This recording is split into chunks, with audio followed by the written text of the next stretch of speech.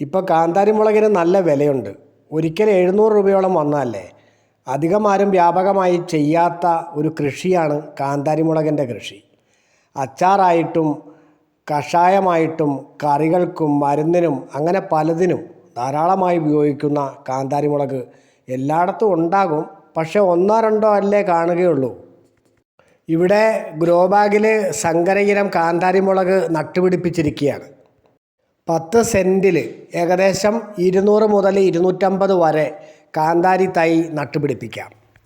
ഇതിൻ്റെ പരിചരണവും വളപ്രയോഗവും വിളവെടുപ്പും അടങ്ങുന്ന വീഡിയോ ഇന്നു മുതൽ അഗ്രി ഹോംമേഡ് ടെക്കിൽ തുടങ്ങുകയാണ്. നല്ല ഇനം കാന്താരി മുളക് തൈ ആണെങ്കിൽ 100 ഗ്രാം ലഭ്യമാകാൻ ഏതാണ്ട് 50 മുതൽ 65 വരെ മുളക് മതി. അതും ഒരു തൈയിൽ നിന്ന് തന്നെ കിട്ടും. അങ്ങനെ ആഴ്ചയിൽ 2 തവണ വിളവെടുക്കാം. അങ്ങനെയെങ്കിൽ ഒറ്റപ്പറിക്കലിന് 1 കിലോ കാന്താരി മുളക് കിട്ടുവാൻ ഏതാണ്ട് 15 മുതൽ 20 തൈകൾ മതി. അതായത് 20 ആരോഗ്യമുള്ള കൂടുതൽ കായുൽപാദനമുള്ള തൈകളാണെങ്കിൽ ആഴ്ചയിൽ 2 കിലോഗ്രാം മുളക് ലഭിക്കും.